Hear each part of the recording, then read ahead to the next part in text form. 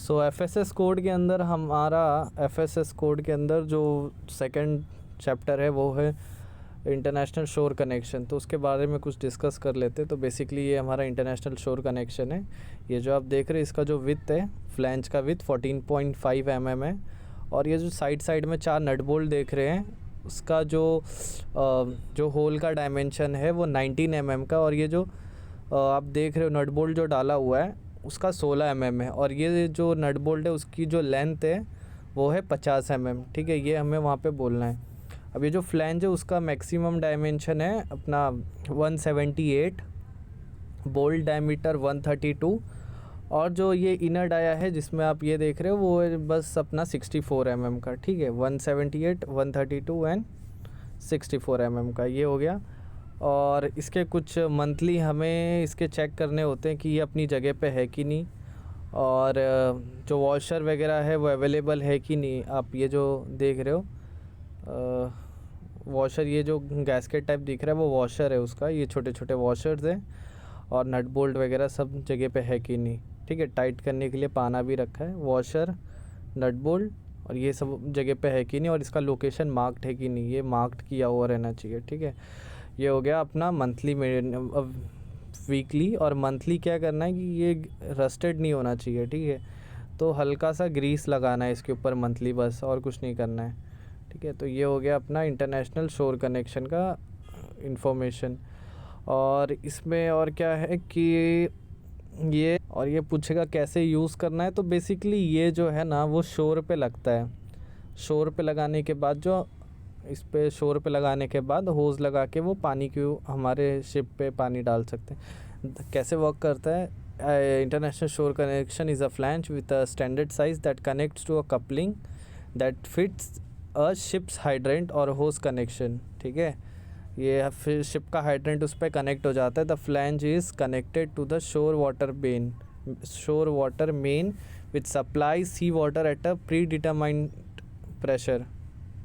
ठीक है, so basically ये शोर पे इन लोगों ने आईएससी का कनेक्शन किया है। ठीक है, तो ये हमें एक मिल रहा है। फिर और कहाँ है? सो इसका मंथ आपको ओके वीकली नहीं करना है, सॉरी मंथली ही इसका रिक्वायरमेंट है कि पहले तो 500 ग्रॉस टनेज से ज़्यादा वाला ही रखेगा जहाज़ पे। और ये कि अपना ये जो वॉशर गैस्केट जगह पे है कि नहीं, और मार्क होना चाहिए, check the are free end threads proper होने चाहिए। ठीक है, तो ये हो गया अपना क्या। फिर इसके बाद आता है details of requirement of personal protective equipment. It also deals with the requirement for EBD. ठीक है, अब हम बात करते हैं फायरमैन आउटफिट की। ठीक है, सो ये जो आउटफिट है जो शिप पे यूज़ होता है बेसिकली, तो इसमें फ़र्स्ट ऑफ ऑल क्या क्या रिक्वायरमेंट है कि इसका जो ये गमबूट है, ठीक है, ये इलेक्ट्रिक को सपोर्ट नहीं करना चाहिए इन केस ऑफ फायर जहाँ पे ये जा रहे हैं। Non resistance to electrical power है। ओके, उसके बाद इनके पास ये एक्स होना चाहिए, ये सारे सामान इनके पास होने चाहिए, हेलमेट होना चाहिए और देयर और रेसिस्टेंस टू फायर होने चाहिए। ठीक है, ये सारे रेसिस्टेंट टू फायर होने चाहिए। और ये जो एक्स ये यूज़ करते हैं इसका जो हैंडल वगैरह है वो प्लास्टिक का होना चाहिए। ठीक है, ताकि करंट फ्लो ना कर पाए इसके थ्रू। फिर उसके बाद आता है अपना टॉर्च वगैरह होता है, ये नॉन इलेक्ट्रिक अपना वो होना चाहिए, इसमें आग नहीं पकड़ना चाहिए। ठीक है, फिर इसका जो टोटल वेट होता है, ठीक है, ये जो पूरा वेट हो गया प्लस जो SCBA का सेट होता है। ठीक है, जो ये वाला हो गया अपना, तो इसका जो वेट है ना वो 19 kg से ज़्यादा एक्सीड नहीं करना चाहिए। ठीक है, ये पूरा आउटफिट का वेट 19 kg से एक्सीड नहीं करना चाहिए। और पहनने से पहले भी काफ़ी चेक्स वगैरह होते हैं, वो भी करने हैं। और इसमें हम लोग देख सकते हैं कि जो मैंने बताया, ये जो लैम्प की जो लाइट वगैरह था वो 3 घंटे तक का एक्सप्लोजन प्रूफ टाइप होना चाहिए। ठीक है, बाकी ये जो स्क्रीन हीट, रेडिएटिंग फायर, ये सब बर्न से तो स्काल्डिंग से बचाना ही चाहिए। नॉन कंडक्टिंग होना चाहिए। Axe with handle with high voltage insulation. ठीक है, हाई वोल्टेज इंसुलेशन। रिक्वायरमेंट क्या है कि एटलीस्ट, अच्छा इसमें अभी रिक्वायरमेंट ये है ना कि अगर टैंकर वगैरह है तो एडिशनली 2 अलग से उनको लगेंगे ये आउटफिट, और बाकी जो नॉर्मल 2 तो रहेंगे ही रहेंगे अपने सारे जहाज़ पे। पैसेंजर शिप पे वर्टिकल पे डिपेंड करता है, जहाँ पे 36 से ज़्यादा लोग रहते हैं। सॉरी, इसमें भी पढ़ लेते हैं कैसे क्या है। Ships carry at least 2 fire outfits, additionally fire outfit with needed for passenger vessel depending on the design of the ship, length of passenger spaces 80 metre, number of decks, vertical zone, number of passenger. For tankers 2 number of additional should be kept on board. Monthly ये locker वगैरह का inventory उनका जो भी है equipment serviceable condition में है कि नहीं वो देखना है। अब ब्रीथिंग एपरेटस देखते हैं। सो ब्रीथिंग एपरेटस में मैंने बताया max weight should not exceed 19 kg including lifeline, safety belt and harness, ये तो है ही। और इसके अंदर जो हमारा EBT है, जैसे जो भी वो 1200 लीटर का वॉल्यूम दे रहा है, 1200 litre volume of the compartment जो भी है सिलेंडर, जैसे 9 लीटर का है, कितना भी है वो 1200 वॉल्यूम को हम लोग को कवरेज देना चाहिए, एयर वॉल्यूम, ठीक है। और अगर 200 वॉल्यूम पे आ गया है तो वो एयर प्रेशर, सॉरी, एक विजुअल एंड ऑडिबल अलार्म आना चाहिए कि जो बंदा है उसे पता रहना चाहिए कि हार्डली 10 to 15 मिनट्स बचे हुए हैं, उसके बाद उसका ऑक्सीजन ख़त्म हो जाएगा तो वो बाहर आ जाना चाहिए। तो ये एक बेसिकली सिग्नल है बाहर आने के लिए। और अपार्ट फ्रॉम दैट इसका रिक्वायरमेंट ये है कि ये बॉटल कितने होने चाहिए। अगर 500 से 2500 से ज़्यादा है तो 2 सेट्स लगेंगे, और अगर 2500 से 4000 है तो 3 सेट्स, और 4000 से लेके उससे ऊपर गए तो 4 सेट, और टैंकर पे तो एडिशनल 2 SCBA सेट है ही, ठीक है। और यहाँ पे मैक्सिमम 180 और 200 बार रहेगा। Minimum shall contain a self breathing apparatus having a volume of at least 1200 liter of air or function for 30 minutes, or function for 30 minutes. Cylinder must be interchangeable, shall be fitted with an audible and visual alarm which has been reduced not, ठीक है, ये याद रखना चाहिए। Monthly weekly क्या ही है, आपको चेक करना है कि प्रेशर वगैरह है कि नहीं, ये वीकली चेक करना है, ठीक है। एनुअल चेक करना है कि जो रिचार्जिंग उसका प्रेशर कम तो नहीं हो गया। Check all the breathing face, mask, ये डिमांड वॉल्व सब एनुअली चेक करना है।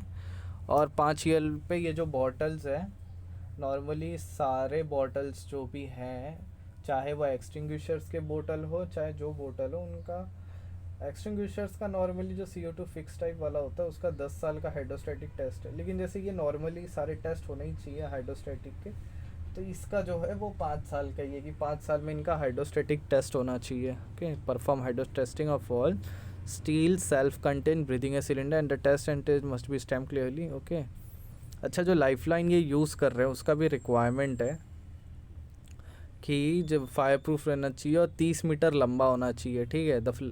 और ये 3.5 किलो न्यूटन का फोर्स बेयर कर लेना चाहिए। ओके, 5 मिनट तक without failure. How will you test SCBA? अच्छा, इसका टेस्ट करने का सिंपल बहुत तरीका है कि पहले तो है इसका हम लोग प्रेशर टेस्ट करेंगे कि 200 बार तक है कि नहीं। तो सिलेंडर वॉल ओपन करेंगे, डिमांड वॉल बंद करे रहेंगे, तो अगर 200 बार प्रेशर दिखा रहा है तो ठीक है।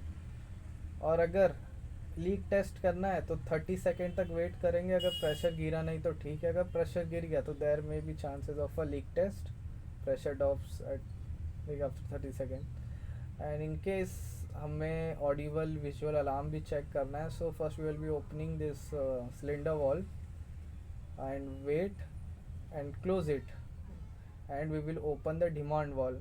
So once the pressure goes down at 50 bar pressure, it automatically should show the audible alarm or visual alarm, and if it is not, then the audible alarm is not working.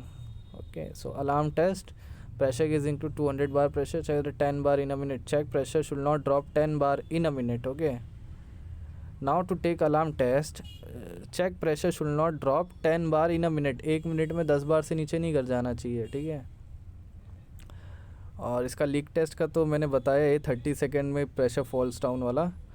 और क्या करना है कि demand valve open कर देना है, ठीक है। 55 से 60 बार अगर रीच हो गया है तो अलार्म देना चाहिए, दैट इज़ 8 से 10 मिनट बचा है उसको भागने के लिए। मास्क लीक टेस्ट, उसको पहन लेने का है और उसमें ऐसा सांस लेने की कोशिश करना। अगर सांस ले रहे हैं, डिमांड वाल ओपन नहीं हो रहा है, देन भैया कुछ तो फेयर मार, demand valve shut off, take breath. If demand valve open then it's okay, नहीं ओपन हो रहा है मतलब शॉर्ट है। What are predonning checks of SCB? अभी जो भी एससीए वगैरह है तो उस पर क्या क्या चेक्स आएंगे वो पढ़ना है हमें। सो मान लो ये कभी अपने पास है ये, ठीक है, अब इसको हमें पहनना है। तो पहले तो भैया इसका मास टेस्ट करेंगे, यही नहीं अगर अच्छा है तो फिर मतलब नहीं है, धुआं वगैरह अंदर घुस जाएगा। मास्क टेस्ट हो गया, इसको पहले विजुअल देखेंगे कि बैंड वैंड टूटा है कि नहीं, पहले visual, then mask, then pressure देखेंगे प्रॉपर है कि नहीं, फिर विसल आ रहा है कि नहीं वो देखेंगे, ठीक है। और ये फुल्ली एडजस्टेबल है, प्रेशर रिड्यूसिंग वॉल्व देखेंगे ये प्रॉपर कंडीशन में है कि नहीं, सिलेंडर वॉल है, ये सारा चेक करेंगे, ठीक है। तो ये हो गया हमारा चेक्स जो भी अभी मैंने बताया था, और इससे पहले जो जो टेस्ट है वो करना है। सो यहाँ पे क्या लिखा है, विजुअली इंस्पेक्ट, पहली चीज़, all valves to be in closed position, okay, cylinder valve and bypass valve, ठीक है, open cylinder valve and this is done and the whistle will be heard and okay. Whistle test, leak test, 30 second वाला चिन्ह, depress the valve to clear it, okay, don't done the apparatus for and put the mask and visor and inhale to ensure that the air is flowing freely from the demand wall. Check the cylinder wall and breathe the air is the mask that should be used up and mask should stick to the face. If this is not the case, then there is a leakage into the face mask and it is not advisable to use the set unless in positive pressure mode, okay. तो ये basically हो गया क्या। अब EBD आता है, अब EBD देखते। सो EBD हमारा दिखता है कुछ ऐसा। नॉर्मली इसका जो पहले तो फर्स्ट ऑफ ऑल इससे हम लोग आग बुझाने के लिए यूज़ नहीं करेंगे, फायर एक्सटिंग्विशर ऐसा मींस नहीं पहनेंगे, का ड्यूरेशन बहुत छोटा होता है इसका। ये बस एस्केप, इसका नाम से ही पता है, इमरजेंसी एस्केप ब्रीथिंग डिवाइस। और इसका जो है ये सिर्फ 10 मिनट रहेगा। और इसका रिक्वायरमेंट ये है कि इसको पहनना कैसा, इसका इंस्ट्रक्शन इसके ऊपर खुद लिखा रहता है। सो इंस्ट्रक्शन उसके ऊपर ही है। और प्रेशर इसका नॉर्मली 150 बार तक रहता है। और इसको नॉर्मली कहाँ रखा जाता है, कार्गो पे लिए 2 होता है कार्गो शिप के लिए, एंड एक होता है इसका जैसे एक स्पेयर में रखते हैं, फिर एक इंजन रूम में ECR में रखते हैं, एक वर्कशॉप में रखते हैं, और अगर फिर एक रखते हैं एस्केप, जहाँ से एस्केप कर रहे थे वहाँ के एंट्रेंस पे रखते हैं। और अगर वर्कशॉप का डायरेक्ट एक्सेस है एस्केप करने के लिए तो वहाँ पे नहीं रखते, तो एक ही रखते हैं, ठीक है। तो ये एक उसका रिक्वायरमेंट है। और अपार्ट फ्रॉम दैट ये हो गया उसका कितना EBD रहेगा। तो बेसिकली 3 3 4 5 6 हो गए हमारे क्या कार्गो एरिया के लिए, कार्गो शिप के लिए। नॉर्मली एलीवे वगैरह में भी लगा रहता है, लेकिन इतना तो रहना ही चाहिए, ठीक है, जितना रिक्वायरमेंट है। और इस पर इंस्ट्रक्शन लिखे रहने चाहिए। प्रेशर इसका देखते रहना है, मंथली बेसिस पे इसका प्रेशर चेक करते रहना चाहिए, ग्रीन जोन में होना चाहिए हमेशा प्रेशर। और इसका 5 साल पे जो है इसका भी हाइड्रोस्टैटिक टेस्ट किया जाएगा, तो ये भी हमें करना है, ठीक है। और इसका रिक्वायरमेंट और क्या है, बस इतना ही है। नॉर्मली पंप रूम वगैरह में भी रखा रहता है, देखा जहाँ तक मैंने। सो कार्गो स्पेस में भी ये पंप रूम में एक हो, इसका नाम हो। और ट्रेनिंग पर्पस के लिए भी रहता है, ब्रिज पर रहता है, या तो उसमें एक वहाँ पे रहता है, क्या कहते हैं, फायर स्टेशन में भी रखा हुआ रहता है। And that's it. सो अभी देखते हैं हमने क्या क्या मिस किया है। सो EBD क्या क्या है, 5 लीटर ऑक्सीजन, ये हम भूल गए, ठीक है, ये मेन है। हाँ, फेस जो रहता है, face piece made of flame resistant, ठीक है, वो फ्लेम रेसिस्टेंस रहेगा। And with a clear window of eye nose and mouth potential, brief instruction diagram, okay, ये तो है। Number of EBD for cargo ship 2 और एक स्पेयर रहेगा, जैसा मैंने बताया है। फॉर पैसेंजर शिप, हाँ, इसका भी रिक्वायरमेंट है। 36 लोग हैं तो 2, और 36 से ज़्यादा है तो 2 और स्पेयर रहेंगे, okay. For passenger carrying not more than 36, 2 EBD for each main vertical zone and total of 2 spare EBD, 4। और हर एक passenger ships carrying more than 36, 4 EBD, okay, for each main vertical zone. 36 से ज़्यादा है तो direct direct 4 हो जाएंगे फिर, और 2 स्पेयर में तो है ही। मशीनरी स्पेस के लिए क्या है, जैसे मैंने बताया कि इंजन रूम का एक अगर मेन शॉप पर there is however direct escape room तो नहीं रिक्वायर्ड है, वन द एस्केप लैडर। अच्छा, इसका वीकली चेक भी है, सीएबी का वीकली चेक नहीं है, मे बी उसमें ड्रिल वगैरह में देखा जाता है। तो weekly examine all EBD cylinder gauges to confirm they are in correct pressure range. Okay, annually, weekly से direct annually. Okay, check EBD according to the master's instruction. 5 yearly अपना hydrostatic testing of EBD cylinder should be at least once every 5 year. ठीक है। फिर classes of fire. सो इसके अंदर है fire classes ABCDFK। अब इसके अंदर दो टाइप के होते हैं, एक होता है ना कि अपना ISO करता है और दूसरा होता है कि NFPA करता है। ठीक है, नेशनल फायर प्रोटेक्शन एसोसिएशन।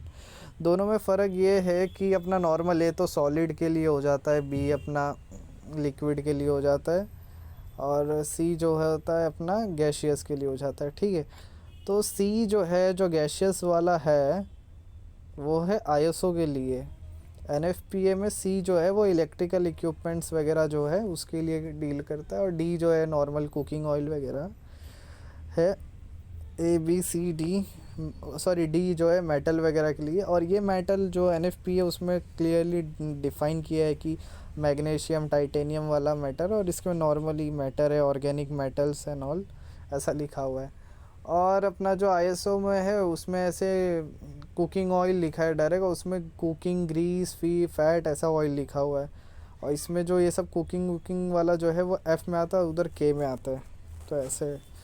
सो देख सकते हैं, fires involving cooking oils F, K है fires involving cooking grease fats and oils. ठीक है, मैंने कैसे बोला था C में जो है कि फायर इन्वॉल्विंग गैसेस है, लेकिन यहाँ पे थोड़ा fire involving energize electrical equipment व नॉन कंडक्ट, ये वो जो भी है लिखा है। Fire inflammable liquids, oil grease, और इधर भी वही फ्लेमेबल लिक्विड्स और ये वो। और फायर में इन्वॉल्विंग सॉलिड में यूजुअली, अच्छा सॉरी, इधर an organic matter in which. Okay, international. तो ये है बेसिकली डिफरेंस, बाकी अपना देखते हैं। सो हम लोग ने अभी फ़िलहाल डिस्कस किया क्या, EBD और अपना जो है फायर प्रोटेक्शन, अपना सूट वगैरह वो सब डिस्कस किया। अब ये हो गया तीसरा। ठीक है, पहला का तो हम लोग ने डिस्कस नहीं किया। पहला क्या है, all the important terms used clearly for better understanding, clearly. ठीक है, टर्म्स वगैरह यूज़ किए, जनरल डेफिनेशंस एंड ऑल। फिर चौथा आ गया fire extinguisher. This chapter deals with portable. Okay, portable से याद आता है हमें। सो पोर्टेबल के नाम से हम लोग ऐसे सब एक्सटिंग्विशर्स दिमाग में आते हैं। सो शुरू करते हैं, हमारा पहला वाला वाटर टाइप से करते हैं, चलो। सो ये हमारा है। सो ये है फायर एक्सटिंग्विशर वाटर टाइप। तो इसका अभी कुछ हम लोग डिस्कस करते हैं, पहले देख लो कि ऐसा है ये।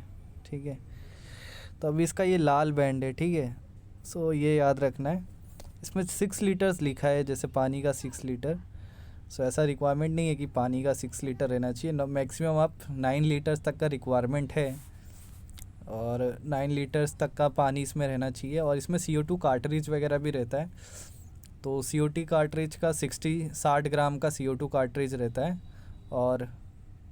और इसका रिक्वायरमेंट देखिए, पूरा इसका जो वेट है 23 kg से ज़्यादा एक्सीड नहीं करना चाहिए। और ये जो जेट से इसका पानी का जो दूरी है ना, जो जेट मारेगा, वो आई गेस 6 मीटर तक का जाना चाहिए। और कितने देर तक चलता है, गेस मुझे लग रहा है ये 10 सेकंड तक या 20 सेकंड तक मैक्सिमम आप यूज़ कर सकते हो उसके देर में, उसके बाद ये ख़त्म हो जाता है। ये है वाटर टाइप। नॉर्मली इसका क्या है कि चेक्स वगैरह आते हैं, पहले तो मंथली अपना ये नॉर्मल बाहर वाला नोज़ल वेज़ल विजुअल चेक कर लेते हैं। ठीक है, ये अपना स्पिंडल हो गया, लॉक स्पिन हो गया, स्पिंडल बोल रहा हूँ आई गेस, ये लॉक पिन हो गया, लॉक पिन देखते हैं, नोज़ल्स वगैरह देखते हैं डैमेज है कि नहीं। फिर मंथली देखते हैं कि जो मंथली इसका अंदर का जो प्लंजर हो गया, स्प्रिंग हो गया, कार्ट्रिज बोल रहा हूँ यार, कार्ट्रिज भी हो गया, फिर बस ये सब चेक करते। और एनुअल बेसिस पे इसमें चेक करते हैं 32 बार प्रेशर पे, इसको देखते हैं हम लोग, ठीक है। तो ये हो गया वाटर टाइप।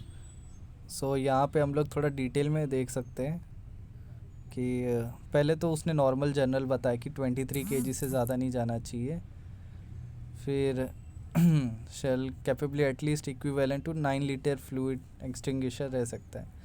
1000 टनेज से ज़्यादा है तो 5 एक्सटिंग्विशर, ये हो गया इन जनरल। अब इसमें देखो क्या क्या है वाटर टाइप में। 9 लीटर मैंने बोला था फ्रेश वाटर, और 60 kg CO2 कार्ट्रिज। अच्छा एक चीज़ मैं भूल गया, इसका बॉडी के बारे में बताना है। Steel and internally zinc coated होता है, टाइप ए फायर के लिए रहता है, और वर्किंग वही सेम है। और वीकली देखना इसका जो है exterior, clean exterior, nozzle outlet and clean, check relief hole and clean it, ठीक है। ये हो गया। मंथली बेसिस पे करेंगे चेक इंटरनल। अच्छा गैस कार्ट्रिज भी है, चेक प्लंजर भी है, चेक स्प्रिंग भी है, और वेटिंग ऑफ द सिलेंडर भी। फिर अपना प्लंजर है, check spring, gaskets internal, wetting of the cylinder, ये बोलना भूल गया, और pressure tested at before recharging, ये हो गया, ठीक है। फिर अपना दूसरा आता है क्या, फोम टाइप। फोम टाइप में यार ज़्यादा कुछ है नहीं। इसमें क्या है ना कि फ़र्स्ट ऑफ ऑल यहाँ पे जैसे जो है 60 ग्राम है ना, वो 120 ग्राम हो गया फोम वाले में, ठीक है। और उसमें ना 8.45 हमारा हो जाता है लीटर अपना पानी, और 0.55 हो जाता है एक्वस लिक्विड फॉर्म, ठीक है। बेसिकली 97 और 3% का रेशो रहता है। और क्या रहता है कि जैसे अभी ये है, इसमें body drawn steel and internally zinc coated है, सेम वहाँ पर भी solid drawn steel and internally zinc coated है, और safety hole and safety pin वहाँ पर भी होता है। और उसके अंदर भी चेक्स ऑलमोस्ट सेम है पूरा का पूरा। और इसमें जेट का जो 6 मीटर और कितना 60 सेकेंड, ये मैं 60 सेकेंड बोल गया था, 20 सेकेंड बोल रहा था पागल की तरह, तो ये 60 सेकेंड। यहाँ पे हो गया आप 8.45, 0.55, 120 कार्ट्रिज, 97 3%, 6 मीटर 60 सेकेंड, सेम है, ठीक है। Solid on internally zinc coated, उसका भी जो पूरा का पूरा वही है, ठीक है। अब आते हैं CO2 टाइप के। CO2 टाइप में थोड़ा है, अब इसको देखते हैं। तो भाई ये है अपना क्या, DCP टाइप। अब इसमें थोड़ा कुछ इसमें पाउडर रहता है नॉर्मली। अपना पाउडर जो है ना DCP का, वो 4.5 kg का रहेगा, ठीक है। और इसके अंदर 4.5 kg का तो ये हो गया, ठीक है। जो कार्ट्रिज है वो अपना रहेगा, कार्ट्रिज का मुझे लगा 60 mg वर्ड यूज़ किया है, 60 mg रहेगा। और प्लंजर, सेफ्टी क्लिप, अच्छा ये प्लंजर ऊपर वाले का ही नाम है, ठीक है। तो ये रहेगा। और अपना क्या है, इसका जो लेंथ रहेगा ना, वो 2 से 3 मीटर का ही रहेगा, और 20 सेकेंड के लिए ही ये चलता है, ठीक है। और अपना स्टील कोटेड तो वो है ही, जिंक कोटेड, जिल कोटेड वो नॉर्मल है ही अपना। और इसमें क्या है कि एनुअल बेसिस पे अपना 1/3 of the extinguisher should be used and check for the performance standard, ठीक है। ये हो गया DCP का।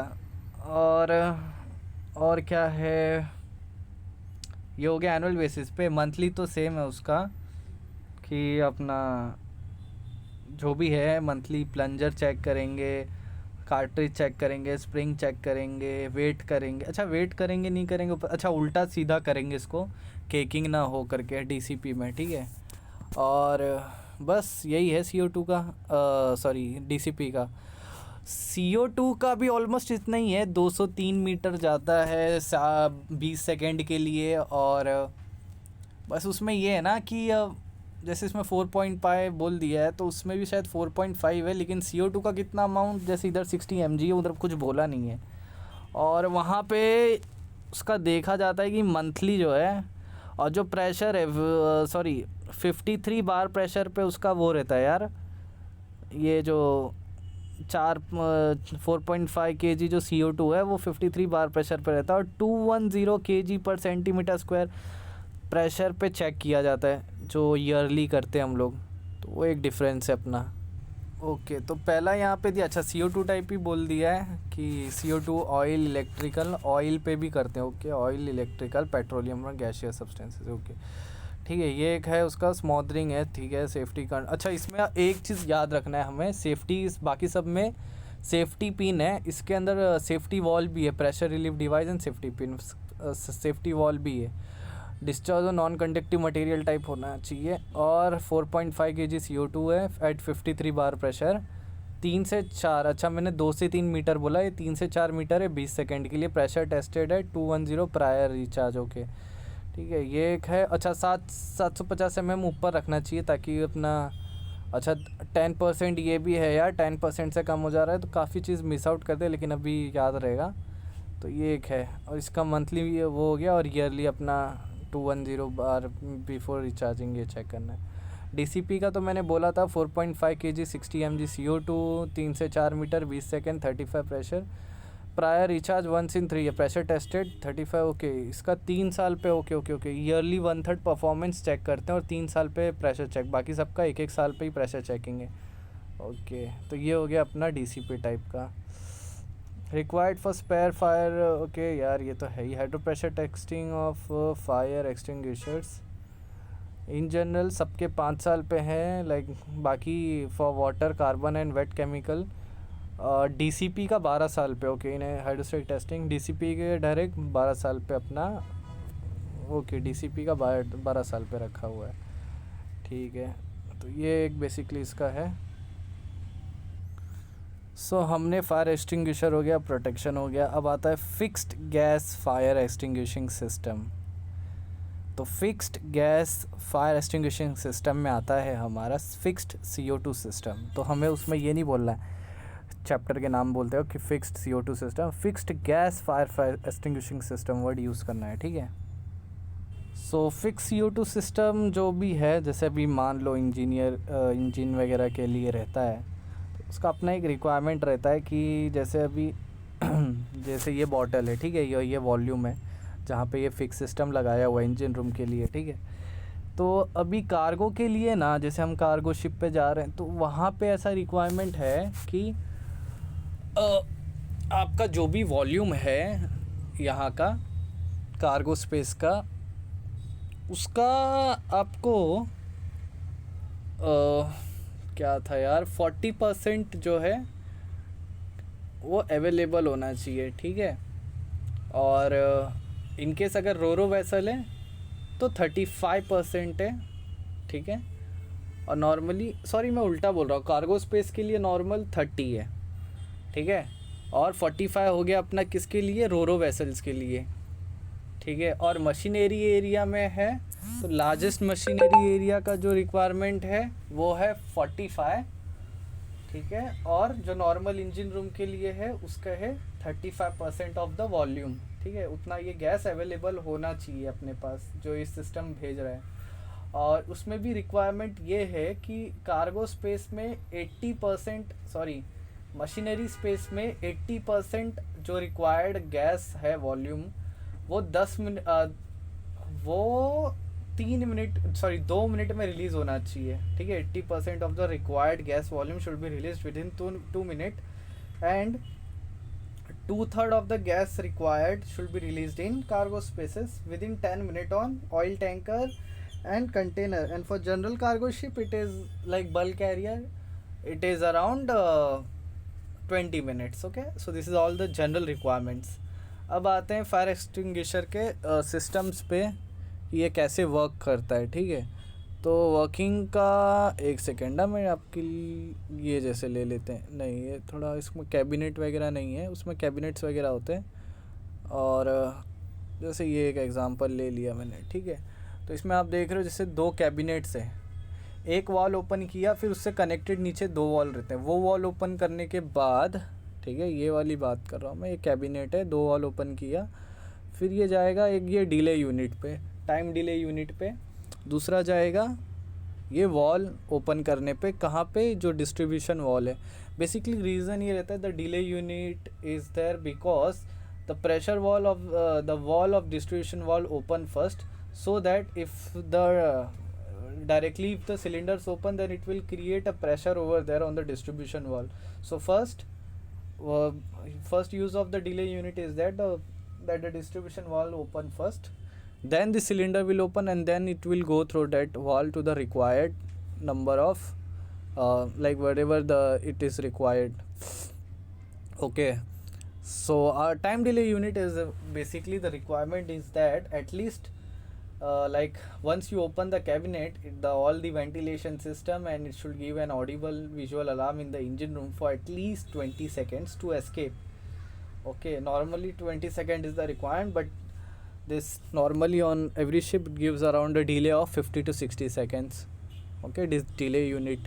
Then what happens, like if in any cases, like after this it go from a non-return valve and then it go to there, but if in case there is a pressure in the main line, then it will release to the free air system that through the relief valve, and pressure gauge is there which will monitor the pressure. Okay, and requirement is such that on a weekly basis the third officer will go open the ventilation system with some like anybody with himself, like AB or somebody else, and just check all the accessories of the like the securing of the cylinders and pipings and lever of it, spindle pipe and all.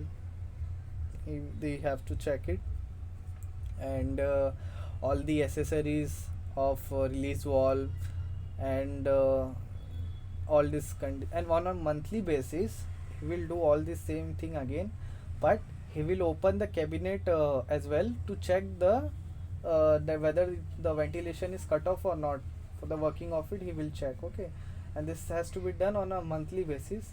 On a yearly basis he will be doing all this, as well as he will be doing what we say, like he will on annual basis he will put the fresh air through the system to check the system at 25 bar pressure. Okay, on 2 yearly basis he will check what we say, he'll check for any kind of like the discharge pressure line is clear or not, all the nozzles are clear, and many things he will check, make sure whether it's clear or not. And apart from that he will be checking the pressure as well, and the as well as I guess you can use he has to make sure that all the pipes are clear and free of debris, right? Either he can use nitrogen gas as well for that. And apart from that like what we say, like on I guess there's a confusion, like that internal of this internal valves should be checked, either it's 2 yearly or 5 yearly. I'm confused in that.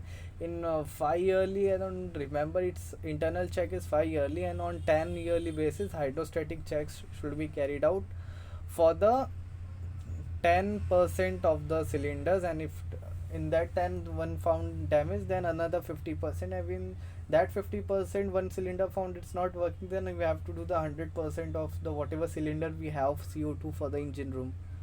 Okay, so this is all the requirement. So let's check what all I had made a mistake.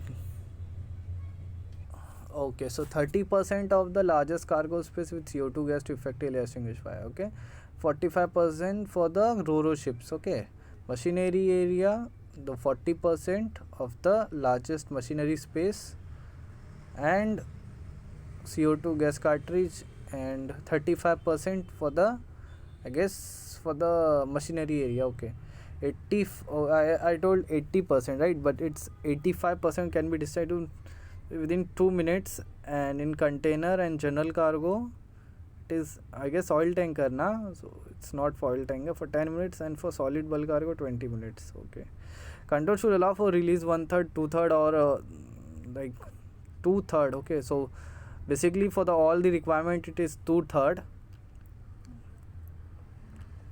For solid bulk cargo spaces, the same amount of cargo gas should be discharged within 2 minutes. Reason for using the CO2 settles on displays it can easily liquefied and bottle 20-30%. Okay, concentration extinguishes fire by smothering. Okay, now it's like okay, non-return valve, CO2 water assembly, power operates in the assembly, two CO2 areas cabinet and remote operate. Okay, so this is all about the working, and time delay unit is 60 to 90 second. Okay, I thought 50 second, but it's a 90 second. 20 second is the required before medium is released. And the weekly, okay, so this is what, so weekly inform bridge before going inside, check start ventilation, go with person, check all cylinders working. So, okay, secured. Operating lever, okay, so this is the word which I was missing. Operating lever and the accessories are properly tight, and check clamping, check wall actuator. These two things we are missing. Okay, check clamping, check wall actuator, flexible hose visually check and do leak test if required. Check clamping, check valve actuator. Okay, monthly all of the above that. Okay, yearly blow the system with servicer, or 2 yearly we have to do all high pressure testing and cylinder must be okay, so 95% of the should be contain of the nominal charge. Okay, so this you have to do 2 yearly. Blow dry compress, okay, so internal check is I guess 5 yearly only. Perform internal inspection of all controllers, spring loaded relief valve, pressure test at the rate 180 bar. CO2 alarm testing 5 years, every 15 years at full engine noise level. CO2 alarm testing 5 year, every 15 years at full engine noise level. Pressure testing of all CO2 piping system at 10 and 15 intervals.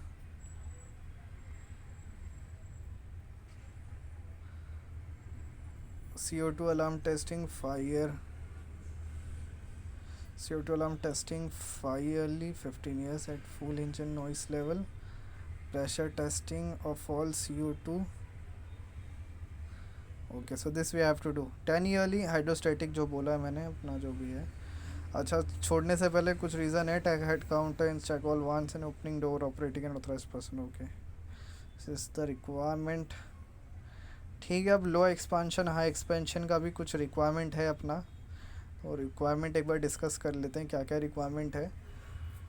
सो जहाँ तक हमें पता है, जो भी हम लो expansion या high expansion use करते हैं, 5 times of the volume available रहना चाहिए एक्सटिंग्विश करने के लिए. ठीक है, दोनों में कॉमन है ये.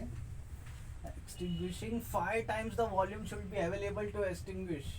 This the foam generator should able to do that. Okay, and apart from that, this what we say, this we are missing it now. The system should be away from the machinery where daily machinery area has to be done. Okay, so no routine work or machinery work should be done in this place. And apart from that, so the requirement says that low expansion के लिए इसका जो ratio है यहाँ पे 12:1 है, और कहीं कहीं पे मैंने 20:1 देखा है. तो मैं 20:1 को कंसिडर कर रहा हूँ कि लो एक्सपेंशन इतना होना चाहिए. और अपार्ट फ्रॉम दैट, इसमें रिक्वायरमेंट ये कि system should B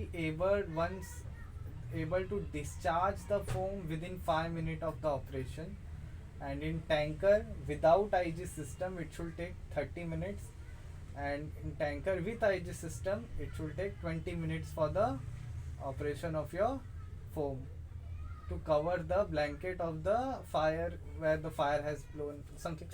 What was the word here? It's written na, like the system shall capable to supply foam not less than 20 on tanker gas system on tankers not fitted with it. Okay, like the quantity should be sufficient to form a blanket over the largest single area of which the oil is. Okay, ठीक है, expansion ratio 9 से. Okay, अच्छा, ये 5 litre का कुछ 3 litre. Okay, 5 litre का I guess sprinkler का requirement है. Foam monitor should have the capacity to discharge 3 litres metre square per minute. Okay, और 20,000 डेड वेट के ऊपर रहेगा तो ये रिक्वायरमेंट है. ठीक है, फिर बाकी अच्छा, ये एक रिक्वायरमेंट है कि 0.6 litre minute per metre square जो है should be able to like for the area with the longest breadth and longest continuous tank, and 6 liter for your like क्या wording है, the rate of supply foam not less than greatest per square meter of the cargo tanks take area where cargo tanks area mean the maximum breadth of the ship. 0.6 litre per minute per square metre of cargo tanks deck area ठीक है, word you has to mention deck area where cargo tank decks are area means the maximum breadth of the ship. Okay, maximum breadth of the ship, meters of cargo tank deck area where cargo tank deck area means the maximum breadth of the ship multiplied by the total longitudinal extent of the. okay, 6 liter के लिए है horizontal section area of the single tank having the largest such area, largest ठीक है. 0.6 तो हो गया खाली ऊपरी 6 लीटर का तो रहना चाहिए, वो रहेगा हॉरिजॉन्टल सबसे बड़ा टैंक का sectional area, horizontal section of the single tank having the largest such area. 3 litre तो अपना ये प्रोटेक्ट लाइक क्या है बाय वो जो फोम मॉनिटर आ रहा है उससे आना चाहिए. Such area being entirely forward of the monitor but in no cases should be the output of less than 1250 litre per minute. Okay, इससे कम नहीं होना चाहिए. तो फोम मॉनिटर का ये क्या, but in no case should not less than. Okay, the capacity of the applicator not less than 400 litre per minute and should not be capable of from through less than 15 minute and 15 metres in still air conditions. So ये last के 2 point थोड़े confusing लग रहे हैं, लेकिन ठीक है. वह 3 minute per square metre of the area protected by the largest monitor such area being entirely forward of the monitor. No case should be output of the monitor will less than 1250 litre per minute. 1250 litre निकलना ही चाहिए. अच्छा, और capacity of the applicator shall not be less than 4000 direct 4 गुना litre per minute and should be capable of less than 15 metre in steel air condition and should be capable of throw foam not less than 15 metre. 15 metre तक का उसको पहुंचा देना है air condition. Okay भैया, तो ये है लो एक्सपेंशन. हाई एक्सपेंशन का क्या है कि पहली बात तो 4001 से ज़्यादा नहीं जाना चाहिए. ठीक है, कुछ कॉमन चीज़ें हैं क्या. अच्छा, ये सारे के सारे मैनुअल होंगे. ठीक है, system shall be located away from the protected space. Normally इसका रिक्वायरमेंट दोनों का एक ही है. The quantity of foam concentrated shall be sufficient to produce foam volume equal to at least 5 time the volume of the largest space. I guess ये 5 times वाला यहाँ पर है ही नहीं क्या, यहाँ पर नहीं है लो एक्सपेंशन वाले में. 5 times the volume of the largest space यार है तो. Then the should be located away from cargo space protected space. The quantity of foam should be sufficient to produce foam 5 times and system is rapid discharging at least 1 metre in depth per minute. Okay, shall be displayed and foam generator have located at place where adequate fresh air supply can be arranged. Shall be provided for the crew to safety check the quantity of foam concentration. Safely वो check करने चाहिए. The arrangement foam generators and piping of the system in the factory shall not interfere with the access to the installed machinery for routine maintenance activities. The system shall be supplied main as well as emergency source of power. The foam generator room shall be ventilated to protect the against overpressure and shall be heated to avoid the freezing. So basically इसमें जो इसमें arrangements वगैरह दिए हुए, कुछ ऐसा specific वो number में बात नहीं किया, बस सिवाय इसके कि the system should be capable of rapid discharging foam at least 1 metre in depth per minute. बाकी सब खाली बातें हैं. ठीक है, वर्किंग ऑफ लो एक्सपेंशन ठीक है. वर्किंग का भी क्या ही है, ballast fire pump normal fire pump रहेगा and it should connected to a basically the through the line to a foam liquid tank from where foam liquid pump pushes the this foam to the proportionator and water in proportionator takes in proportion the foam and liquid and forms the foams and it is transferred to the hose. And in only the difference between high expansion, the fan is there, the water is go through the inductor and spray through a nylon mesh which forms a large space area. That's it, that's the only difference. monthly we have to just, it's written over there, monthly verify all control and sector are in proper open or closed position and all pressure gauges are in proper range. Okay.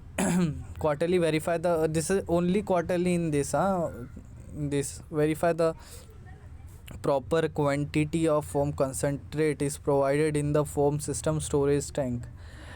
Okay, verify the proper quantity of foam concentrate is provided in the system storage tank.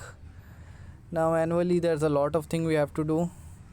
Functionally test all fixed CO2 audible alarms, usually inspect all accessible components. Okay, test all system cross connection to other sources of water supply for proper operation. Verify all pump relief valve if provided are properly set. Examine all filters and debris contamination. Verify all control sections.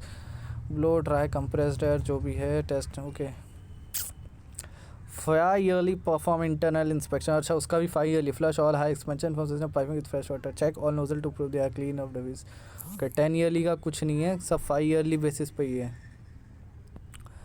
Foam is made up of 3 things: foam, concentrate, water and air. Concentration ratio is the region where foam is generated from the foam solution. Firefighting foam generated from low expansion foam concentrate will it higher and so on. So deck area. Okay, ठीक है भाई. क्या, what are the requirements for portable foam applicator? तो basically इसके बाद mist और sprinkler है और हमारी ताकत ख़त्म हो रही है सच बोले तो. और क्या ही है, what are the requirement for portable foam applicators. A portable foam applicator unit shall consist of a foam nozzle branch pipe, either a self-inducing, ठीक है, type or in combination with a separator inductor capable of being connected to the fire main, to a portable containing at least 20 liter of foam concentrate and at least one spare tank for foam concentrate of the same capacity. Okay, the nozzle branch wire inductor shall be capable of producing effective foam suitcase for fire extinguisher and the foam solution flow rate at least 200 liter per minute at a normal pressure in the oven. After it shall have be designed to withstand clogging, ambient temperature, vision impact and okay. तो ये है भैया, वापस एक बार read करें. A portable fabric shall be consist of a foam nozzle or either of self-inducting that is built in such mechanism to foam concentrate into the water stream automatically.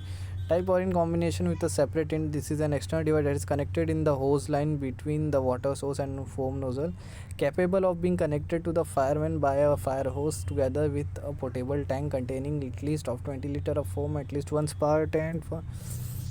Okay, nozzle का ये requirement है. फिर nozzle branch shall be able to produce the foam of 200 litre per minute at nominal pressure in main fire.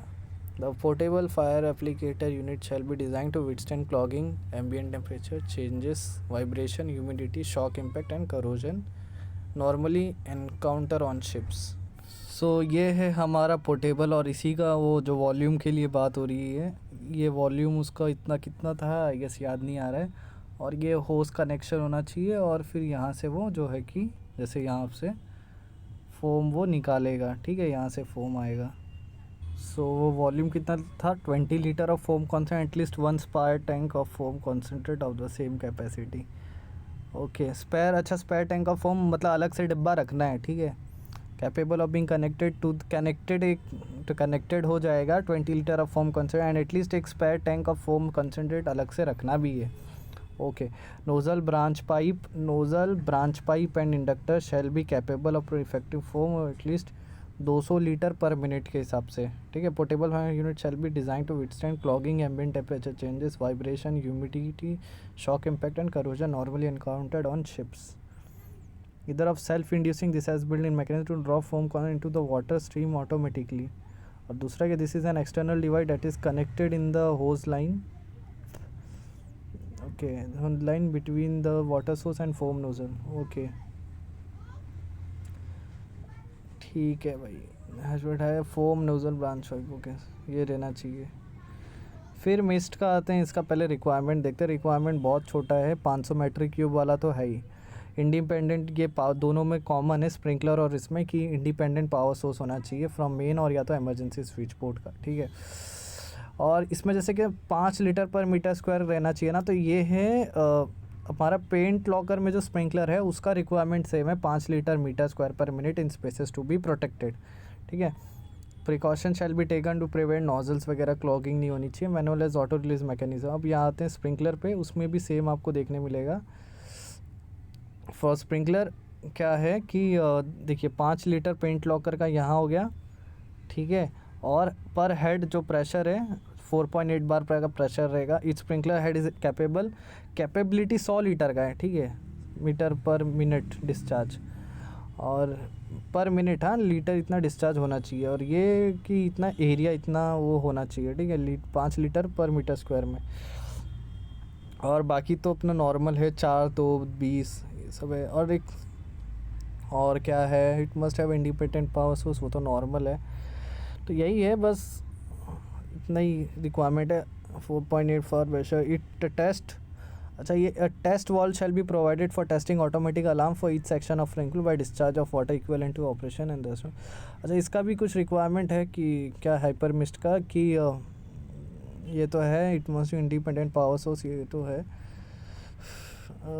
Weekly क्या होना चाहिए कि verify all control panel indicator and alarms are function, visually inspect pump unit and its fitting, check the pump unit valve position if valves are not locked as applicable. Monthly verify all pump control and section valves are in proper open or closed position. Test automatic starting arrangement on all system pumps so designed. Test a system sample of system. तो this is, ये थोड़ा सोचने वाली बात है, थोड़ा सोच देखना पड़ेगा क्या है। बाकी वर्किंग तो जैसे मैंने बताया वही नॉर्मल वर्किंग है अपनी, ठीक है। थैंक यू, बाय बाय, टन टन।